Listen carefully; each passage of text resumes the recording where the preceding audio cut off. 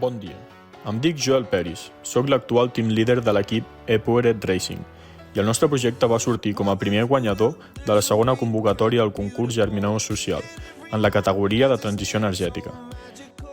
Som una associació sense ànim de lucre, formada per estudiants de l'Escola d'Enginyeria Barcelona Est.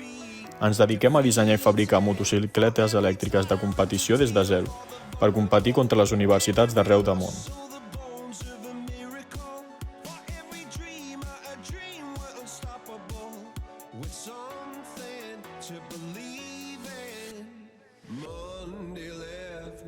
Una de les nostres missions principals, en la qual estem embarcats des de la creació de l'equip, és potenciar el desenvolupament de les tecnologies cap a la transició verda.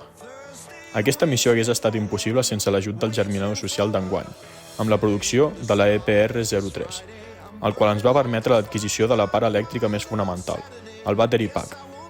Aquest és el component on estan tot el seguit de cel·les que proporciona energia al prototip, és a dir, el cor de la motocicleta.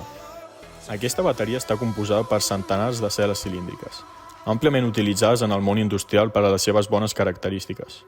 Darrere del Battery Pack hi ha una fase d'estudi i una de disseny, les quals es culminen amb la fabricació i l'assemblatge d'aquest amb la resta de la motocicleta.